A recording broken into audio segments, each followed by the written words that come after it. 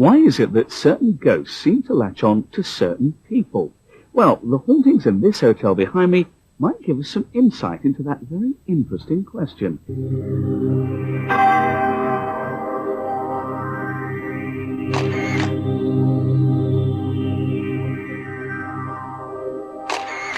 This is the delightful Crown Hotel in Amersham in Buckinghamshire.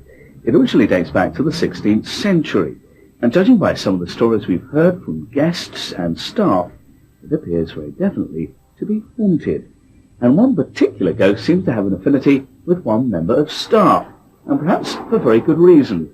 So, join me now as we go in and talk to some of the staff and take our own psychic Graham Wiley around to take a look to see what he can discover about the hauntings in this hotel.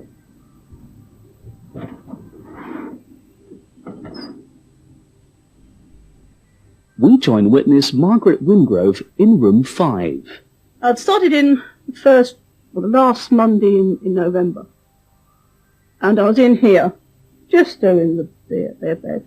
It's beds when you start off take a while to get used to, because you have to tuck them under, etc. And I sat at the corner of my, so I always do the bed facing the doorway. The door's always open because it's a fire thing. I got out the corner of my eye, I saw this movement going past the door. Well, with the guests going backwards and forwards, and the fire door banging downstairs, you don't take a lot of notice. So I finished the bed, did the bathroom, turned round to pick up the towels that were on the bed, and the spirit, or whatever you call it, was standing just by the bed. Well, after I'd picked myself off of the bathroom ceiling, so it scared the life out of me, she just went. Fine. It's almost as though this spectre follows Margaret around. Apart from scaring the life out of me in here, I've been down in room 18, which is the small box room. She comes out of the bottom wardrobe, which is by the door. Again, I'd just finished the bed and I turned round and she was coming out of the wardrobe. She stood there, looked at me, and then went straight through the actual roof, or the actual ceiling. Doesn't bother walking, just floated straight up. Since I've been here, I've seen her about 5 times. We've got our psychic Graham Wiley with us to take a look around the hotel. And you had a look around earlier, and this was one of the spots that you felt and stuff. And I still do. Right, okay. The hair standing up on the back of my neck. What do you sense it? This is one of the most active places in the hotel, believe me. And I'd be very surprised if the staff or guests haven't seen possibly an apparition, a mist, or the ghostly figure of a young lady, because this is what it all stems around. And a lot of it is around this room just in front of us, which is room 18. So let's go and stand in front of that and see. It's a bit nippy down here, actually.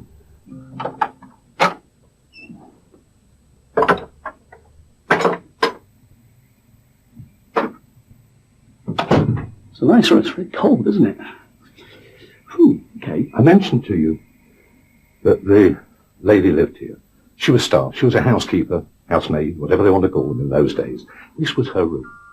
And in fact, there was a staircase going in that very corner up to the room upstairs, which she would use. What we've got to realize, Dave, is that ghosts have one foot in this world and one foot in the next. And this is what has happened here, but there's more to it. This maid, servant, fell in love with the groom. Now, he looked after the horses and his coaching, as I've said previously. He was married. He had this affair, but she became pregnant. In those days, that was taboo. You just couldn't do it. And how does this fit with Margaret's description? She's a serving wench, or so the story goes. That when this was a coaching in, she got killed because the particular proprietor had dirty designs on her, so to speak, and she didn't want anything to do with him. So one legend is she was probably strangled, and the other legend she was chucked out of this window here. But either the way, she was dead at the time. She's about my height, was about 5'1". She's got a white cloth cap, kind of with the little frills round it. A kind of a creamy white blouse, which is quite full, and a red or a dark pink smock top. I don't see the feet. And what about her particular association with Margaret? The association, as I have found with many ghosts, is they look for somebody of a similar occupation. Now, Margaret is the housekeeper. She is the one that's being followed around. She is seeing the ghost. She is also a housekeeper. And like many ghosts, they're in a lonely world, and they try and get a friend of a similar occupation. So how does Margaret feel about having a pet ghost? Well, it's flattering, for a start. I haven't really thought about it. I just accept the fact that she's here.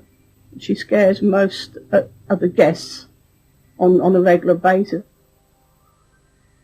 But it seems that this is not the only spirit to make itself felt at the Crown Hotel. Operations manager Petra Davis also recalls an incident that one of her guests would probably rather forget. He'd been sleeping with the television on and the lights on in the end because of the door apparently had slightly opened during the night. The fact that the room went as cold as a fridge.